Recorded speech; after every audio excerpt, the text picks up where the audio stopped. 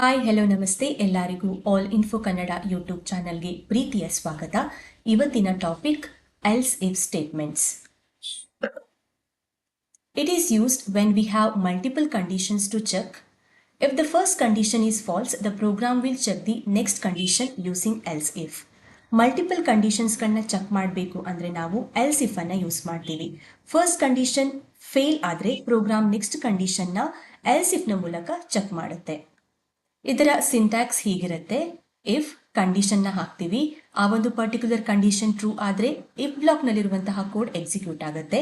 Falls ಆದರೆ ನಾವು next else if ಬ್ಲಾಕನ್ನು ಹಾಕಿರ್ತೀವಿ, ಆ ಒಂದು ಪರ್ಟಿಕ್ಯುಲರ್ ಕಂಡೀಷನನ್ನು ಚೆಕ್ ಮಾಡುತ್ತೆ. ಅಲ್ಲಿರುವಂತಹ ಕಂಡೀಷನ್ ಟ್ರೂ ಆದರೆ ಆ ಒಂದು ಪರ್ಟಿಕ್ಯುಲರ್ ಎಲ್ಸ್ ಇಫ್ ಬ್ಲಾಕ್ನಲ್ಲಿರುವಂತಹ ಕೋಡ್ ಎಕ್ಸಿಕ್ಯೂಟ್ ಆಗುತ್ತೆ. ಫಾಲ್ಸ್ ಆದರೆ ಅದು ನೆಕ್ಸ್ಟ್ ಎಲ್ಸ್ ಇಫ್ಗೆ ಬರುತ್ತೆ. ಹೀಗೆ ಕಂಟಿನ್ಯೂ ಆಗ್ತಾ ಹೋಗುತ್ತೆ. ಈ ರೀತಿ ಎಲ್ಸ್ ಇಫ್ಗಳನ್ನು ನಾವು ಮಲ್ಟಿಪಲ್ ಆಗಿ ಯೂಸ್ ಮಾಡಬಹುದು. ಇಷ್ಟೇ ಎಲ್ಸ್ ಇಫ್ ಅನ್ನು ಯೂಸ್ ಮಾಡಬೇಕು ಅಂತ ಯಾವುದೇ ಫಿಕ್ಸ್ ನಂಬರ್ಸ್ ಇರೋದಿಲ್ಲ. ನಮ್ಮ ಒಂದು ಪ್ರೋಗ್ರಾಮ್ಗೆ ತಕ್ಕ ಹಾಗೆ ನಾವು ಎಲ್ಸ್ ಇಫ್ಗಳ ಸಂಖ್ಯೆಯನ್ನು ಜಾಸ್ತಿ ಮಾಡ್ಕೋಬಹುದು. ಇದು ಇದರ ಸಿಂಟ್ಯಾಕ್ಸ್. ಇದು ಹೇಗೆ ಪ್ರಾಕ್ಟಿಕಲ್ ಆಗಿ ವರ್ಕ್ ಆಗುತ್ತೆ ಅನ್ನೋದನ್ನು ನಾವು ಪ್ರೋಗ್ರಾಮ್ನಲ್ಲೇ ನೋಡೋಣ ಬನ್ನಿ. ಓಕೆ, ನಾನಿಲ್ಲಿ ಎಲ್ಸ್ ಇಫ್ ಅಂತ ಒಂದು ಕ್ಲಾಸ್ನ ಕ್ರಿಯೇಟ್ ಮಾಡಿದ್ದೀನಿ, ಮೇನ್ ಮೆಥಡನ್ನು ಕೂಡ ಕ್ರಿಯೇಟ್ ಮಾಡಿದ್ದೀನಿ. ಹಾಗೆ ಇನ್ಪುಟ್ನ ಅಕ್ಸೆಪ್ಟ್ ಮಾಡೋದಕ್ಕೆ ನಾವಿಲ್ಲಿ ಸ್ಕ್ಯಾನರ್ ಕ್ಲಾಸನ್ನು ಯೂಸ್ ಮಾಡ್ತೀವಿ. ಅದಕ್ಕೋಸ್ಕರ ಸ್ಕ್ಯಾನರ್ ಆಬ್ಜೆಕ್ಟನ್ನು ಕ್ರಿಯೇಟ್ ಮಾಡಿದ್ದೀನಿ. ಹಾಗೆ ಆ ಒಂದು ಪರ್ಟಿಕ್ಯುಲರ್ ಪ್ಯಾಕೇಜನ್ನು ಇಂಪೋರ್ಟ್ ಮಾಡ್ಕೊಂಡಿದ್ದೀನಿ. ಇವಾಗ ನಾವು ಎಲ್ಸಿಫ್ನ ಅದು ಹೇಗೆ ವರ್ಕ್ ಆಗುತ್ತೆ ಅಂತ ಚೆಕ್ ಮಾಡೋದಕ್ಕೆ ಏನು ಮಾಡ್ತಿದ್ದೀವಿ ಅಂದರೆ, ಯೂಸರ್ ಮಾರ್ಕನ್ನು ಇನ್ಪುಟ್ ಆಗಿ ಕೊಡ್ತಾರೆ. ಯೂಸರ್ ಕೊಟ್ಟಿರುವಂತಹ ಮಾರ್ಕ್ ಯಾವ ಗ್ರೇಡ್ ಅದು ಅನ್ನೋದನ್ನು ನಾವಿವಾಗ ಚೆಕ್ ಮಾಡಬೇಕು. ಸೊ ಮಾರ್ಕ್ ಅನ್ನೋದು ಇಂಟಿಜರ್ ಆಗಿರುತ್ತೆ ಅಲ್ವಾ, ಅದಕ್ಕೋಸ್ಕರ ನಾನಿಲ್ಲಿ ಒಂದು ವೇರಿಯೇಬಲ್ನ ಕ್ರಿಯೇಟ್ ಮಾಡ್ತೀನಿ. Int mark is equal to integer ಆಗಿರೋದ್ರಿಂದ ಇಲ್ಲಿ SC ಡಾಟ್ ನೆಕ್ಸ್ಟ್ ಇಂಟ್ ಅನ್ನೋ ಮೆಥಡನ್ನು ಯೂಸ್ ಮಾಡಿ ವೇರಿಯೇಬಲ್ನ ಕ್ರಿಯೇಟ್ ಮಾಡಿದ್ದು. ಆಮೇಲೆ ಏನು ಚೆಕ್ ಮಾಡಬೇಕು ಅಂದರೆ, if mark greater than or equal to 90. ನಾವು ಕೊಟ್ಟಿರುವಂತಹ mark greater than or equal to 90 ಆಗಿದ್ರೆ ನಮಗೆ ಏನು ಔಟ್ಪುಟ್ ಬರಬೇಕು ಅಂದರೆ, ಒಂದು ಪ್ರಿಂಟಿಂಗ್ ಸ್ಟೇಟ್ಮೆಂಟನ್ನು ಹಾಕ್ತೀನಿ. ನಮಗೆ ಗ್ರೇಡ್ ಎ ಅನ್ನೋ ಔಟ್ಪುಟ್ನ ಅದು ಕೊಡಬೇಕು. ನಾವು ಕೊಟ್ಟಿರುವಂತಹ ಇನ್ಪುಟ್ ಅಂದರೆ mark greater than or equal to 90 ಆಗಿದ್ರೆ ನಮಗೆ ಔಟ್ಪುಟ್ಟಲ್ಲಿ ಗ್ರೇಡ್ ಎ ಅಂತ ಬರಬೇಕು. ಒಂದು ವೇಳೆ ಅದು greater than or equal to 90 ಆಗಿರಲ್ಲ, ಬೇರೆ ನಂಬರನ್ನು ಕೊಟ್ಟಿದ್ರೆ ಏನಾಗಬೇಕು ಅನ್ನೋದಕ್ಕೆ ನಾನಿಲ್ಲಿ ಎಲ್ಸ್ ಇಫ್ ಅನ್ನು ಯೂಸ್ ಮಾಡ್ತೀನಿ. ಎಲ್ಸ್ ಇಫ್ ಇಲ್ಲಿ ಏನು ಕಂಡೀಷನ್ ಹಾಕ್ತೀನಿ ಅಂದರೆ, mark greater than or equal to 75. Mark greater than or equal to 90 ಆಗಿದ್ರೆ ಇಫ್ ಬ್ಲಾಕ್ನಲ್ಲಿ ಏನು ಕೊಟ್ಟಿರ್ತೀವಿ ಅದು ಪ್ರಿಂಟ್ ಆಗುತ್ತೆ. ಒಂದು ವೇಳೆ ಆ ಕಂಡೀಷನ್ ಟ್ರೂ ಆಗಿಲ್ಲ ಅಂದರೆ ಯಾವ ಕಂಡೀಷನ್ ಚೆಕ್ ಮಾಡಬೇಕು ಅನ್ನೋದನ್ನು ನಾವು ಇಲ್ಲಿ ಎಫ್ ಇಲ್ಸ್ ಬ್ಲಾಕಲ್ಲಿ ಹಾಕಿರ್ತೀವಿ. Else if mark greater than or equal to 75 ಆಗಿದ್ರೆ ಏನು ಪ್ರಿಂಟ್ ಮಾಡಬೇಕು ಅನ್ನೋದನ್ನ ಎಲ್ಸ್ ಇಫ್ ಬ್ಲಾಕ್ನಲ್ಲಿ ಹಾಕಬೇಕು. Greater than or equal to 75 ಆಗಿದ್ರೆ ಅದು ಗ್ರೇಡ್ ಬಿ ಅಂತ ನಮಗೆ ಔಟ್ಪುಟ್ನ ಕೊಡಬೇಕು. ಒಂದ್ ವೇಳೆ ಈ ಕಂಡೀಷನ್ ಜೊತೆಗೆ ಮತ್ತು ಬೇರೆ ಕಂಡೀಷನ್ ನಮಗೆ ಚೆಕ್ ಮಾಡಬೇಕು ಅಂತ ಇದ್ರೆ ಮತ್ತೊಂದು ಎಲ್ಸ್ ಇಫ್ ಅನ್ನ ಹಾಕಬೇಕು. Else if mark greater than or equal to 50 ಆಗಿದ್ರೆ ಗ್ರೇಡ್ ಸಿ ಅಂತ ನಮಗೆ ಔಟ್ಪುಟ್ ಬರಬೇಕು.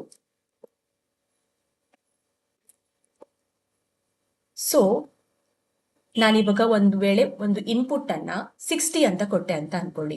ಆವಾಗ ಇಲ್ಲಿ ಏನಾಗುತ್ತೆ ಅಂದ್ರೆ, ಅದು ಮೊದಲು ಈ ಒಂದು ಸ್ಟೇಟ್ಮೆಂಟ್ ಅನ್ನ ಚೆಕ್ ಮಾಡುತ್ತೆ. ಸಾರಿ, ಇನ್ಪುಟ್ ಅನ್ನ 60 ಆಗಿ ಅಂತ ಕೊಟ್ಟಿರ್ತೀನಿ ಅಂತ ಅನ್ಕೊಳ್ಳಿ.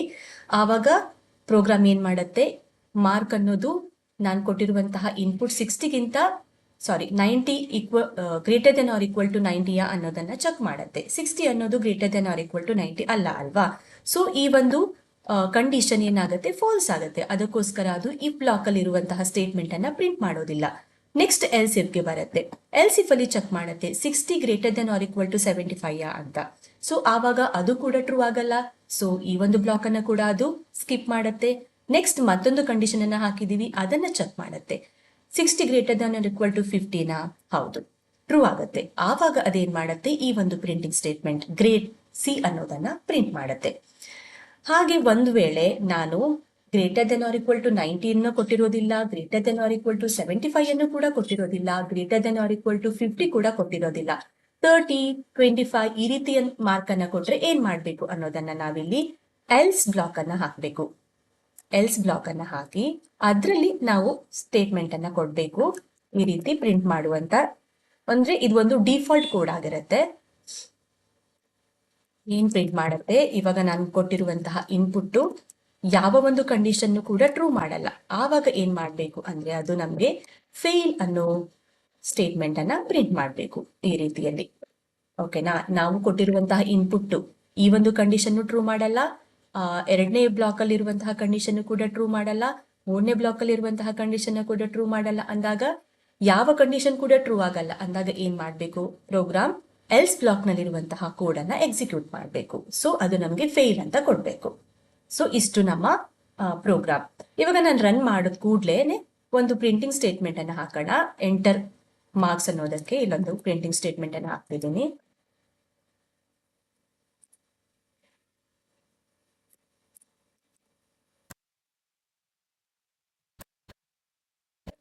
ಮಾರ್ಕ್ಸ್ ಅಂತ. ಸೊ ನಾನು ರನ್ ಮಾಡಿದ ಕೂಡಲೇ ಏನಾಗುತ್ತೆ, ಈ ರೀತಿಯಲ್ಲಿ ಎಂಟರ್ ಮಾರ್ಕ್ ಅಂತ ಬರುತ್ತೆ. ಅವಾಗ ನಾವು ಮಾರ್ಕ್ಸ್ ಅನ್ನ ಎಂಟರ್ ಮಾಡ್ತೀವಿ. ಅದರ ಬೇಸ್ ಮೇಲೆ ಅದು 1 by 1 ಕಂಡೀಷನ್ ಚೆಕ್ ಮಾಡುತ್ತೆ. ಓಕೆನಾ, ಸೊ ನಾನಿವಾಗ ರನ್ ಮಾಡ್ತೀನಿ, ನೋಡೋಣ ಹೇಗೆ ಇದು ವರ್ಕ್ ಆಗುತ್ತೆ ಅಂತ.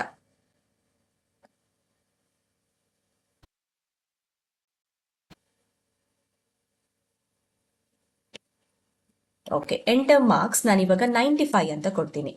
95 ಅಂತ ಕೊಟ್ರೆ ನನ್ಗೆ ಏನು ಔಟ್ಪುಟ್ ಬರಬೇಕು, ಗ್ರೇಡ್ ಎ ಅಂತ ಬರ್ತಾ ಇದೆ ಅಲ್ವಾ. ಇಲ್ಲಿ ಏನ್ ಮಾಡ್ತಿದೆ ಇದು, ನಾನು ಕೊಟ್ಟಿರುವಂತಹ 95 ಮೊದಲು ಈ ಬ್ಲಾಕಿಗೆ ಹೋಗಿ 95 greater than or equal to 90 ಅನ್ನೋದನ್ನ ಚೆಕ್ ಮಾಡುತ್ತೆ. ಹೌದು, 95 ಅನ್ನೋದು greater than or equal to 90. ಅದಕ್ಕೋಸ್ಕರ ಅದು ಇಫ್ ಬ್ಲಾಕ್ ಅಲ್ಲಿ ಯಾವ ಒಂದು ಸ್ಟೇಟ್ಮೆಂಟ್ ಅನ್ನ ಹಾಕಿರ್ತೀವಿ ಅದನ್ನ ಪ್ರಿಂಟ್ ಮಾಡುತ್ತೆ. ಪ್ರಿಂಟ್ ಮಾಡಿದ ನಂತರ ಉಳಿದ ಎಲ್ಲ ಬ್ಲಾಕ್ ಗಳನ್ನ ಅದು ಸ್ಕಿಪ್ ಮಾಡುತ್ತೆ.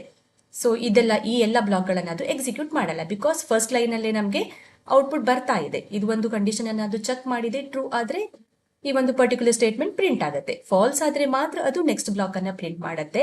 ಟ್ರೂ ಆದ್ರೆ ಉಳಿದ ಬ್ಲಾಕ್ ಗಳನ್ನ ಅದು ಸ್ಕಿಪ್ ಮಾಡುತ್ತೆ. ಓಕೆನಾ. ಓಕೆ, ಇನ್ನೊಮ್ಮೆ ರನ್ ಮಾಡೋಣ ಬೇರೆ ಒಂದು ಕಂಡೀಷನ್ ಅನ್ನು ಚೆಕ್ ಮಾಡೋದಕ್ಕೆ. ಇವಾಗ ನಾನು ಎಂಟರ್ ಮಾರ್ಕ್ಸ್ ಅಲ್ಲಿ ನಾನು 80 ಅಂತ ಕೊಡ್ತೀನಿ. ಸೊ ಗ್ರೇಡ್ ಬಿ ಇವಾಗ ಏನ್ ಮಾಡುತ್ತೆ, ಮೊದಲು ಇಫ್ ಬ್ಲಾಕ್ಗೆ ಇದು ಕಂಡೀಷನ್ಗೆ ಬಂದು 80 greater than or equal to 90 ಅನ್ನ ಚೆಕ್ ಮಾಡುತ್ತೆ. ಸೊ ಫಾಲ್ಸ್ ಆಗುತ್ತೆ. ನೆಕ್ಸ್ಟ್ ಎಲ್ಸ್ ಇಫ್ ಗೆ ಬರುತ್ತೆ 80 greater than or equal to 75. ಹೌದು. ಸೊ ಈ ಒಂದು ಪರ್ಟಿಕ್ಯುಲರ್ ಸ್ಟೇಟ್ಮೆಂಟ್ ಪ್ರಿಂಟ್ ಆಗುತ್ತೆ. ನಮ್ಗೆ ಗ್ರೇಡ್ ಬಿ ಅಂತ ಬಂದಿದೆ ಔಟ್ಪುಟ್ ಅಲ್ವಾ. ಮತ್ತೊಮ್ಮೆ ರನ್ ಮಾಡೋಣ. ನಾನಿವಾಗ 70 ಅಂತ ಕೊಡ್ತೀನಿ. Enter marks 70, output grade C ಬಂತು. ಇಲ್ಲಿ ಏನಾಗ್ತಿದೆ, again 60 greater than or equal to 90 ಇಲ್ಲ, ಫಾಲ್ಸ್. ಎಲ್ಸ್ ಇಫ್ ಗೆ ಬರುತ್ತೆ 60 greater than or equal to 70 greater than or equal to 75 ಅಲ್ಲ, ಫಾಲ್ಸ್ ಆಗುತ್ತೆ. ಸೊ ನೆಕ್ಸ್ಟ್ ಎಲ್ಸ್ ಇಫ್ ಗೆ ಬರುತ್ತೆ 70 greater than or equal to 15. ಹೌದು, ಈ ಒಂದು ಪರ್ಟಿಕ್ಯುಲರ್ ಕಂಡೀಷನ್ ಟ್ರೂ ಆಗಿರೋದಕ್ಕೋಸ್ಕರ ಅದು ಈ ಒಂದು ಪರ್ಟಿಕ್ಯುಲರ್ ಸ್ಟೇಟ್ಮೆಂಟ್ ಅಲ್ಲಿ ಏನಿದೆ ಅದನ್ನ ನಮಗೆ ಅದು ಪ್ರಿಂಟ್ ಮಾಡುತ್ತೆ, ಗ್ರೇಡ್ ಸಿ ಅಂತ. ಮತ್ತೊಮ್ಮೆ ರನ್ ಮಾಡೋಣ. ನಾನಿವಾಗ ಮಾರ್ಕ್ಸ್ ಅನ್ನು 10 ಅಂತ ಕೊಡ್ತೀನಿ. ಸೊ ಇವಾಗ ನಮ್ಗೆ ಔಟ್ಪುಟ್ ಫೇಲ್ ಅಂತ ಬಂತು. ಇಲ್ಲಿ ಏನ್ ಮಾಡುತ್ತೆ, again 10 greater than or equal to 90 ಫಾಲ್ಸ್, 10 greater than or equal to 75 ಫಾಲ್ಸ್, 10 greater than or equal to 50 ಕೂಡ ಫಾಲ್ಸ್ ಆಗಿರೋದ್ರಿಂದ, ಈ ಮೂರು ಕಂಡೀಷನ್ಗಳು ಕೂಡ ಫಾಲ್ಸ್ ಆಗಿರೋದ್ರಿಂದ ಅದು ನೆಕ್ಸ್ಟ್ ಎಲ್ಸ್ ಬ್ಲಾಕ್ ಅಲ್ಲಿ ಒಂದು ಡಿಫಾಲ್ಟ್ ಕೋಡ್ ಏನಿರುತ್ತೆ ಅದನ್ನ ನಮ್ಗೆ ಅದು ಪ್ರಿಂಟ್ ಮಾಡುತ್ತೆ. ಅರ್ಥ ಆಯ್ತಲ್ವಾ. ಸೊ ಎಲ್ಸ್ ಇಫ್ ಯಾವ ರೀತಿಯಲ್ಲಿ ವರ್ಕ್ ಆಗುತ್ತೆ ಅನ್ನೋದು ನಿಮ್ಗೆ ಈಸಿಯಾಗಿ ಅರ್ಥ ಆಗಿದೆ ಅಂತ ಅನ್ಕೊಂಡಿದೀನಿ. ಈ ಒಂದು ಟಾಪಿಕ್ ನಿಮ್ಗೆ ಖಂಡಿತವಾಗ್ಲೂ ಹೆಲ್ಪ್ ಆಗಿದ್ರೆ ಲೈಕ್ ಮಾಡಿ, ಶೇರ್ ಮಾಡಿ, ಸಬ್ಸ್ಕ್ರೈಬ್ ಮಾಡ್ಕೊಳ್ಳೋದ್ರ ಮೂಲಕ ನಮ್ಮ ಚಾನೆಲ್ ಅನ್ನ ಸಪೋರ್ಟ್ ಮಾಡಿ. Happy learning.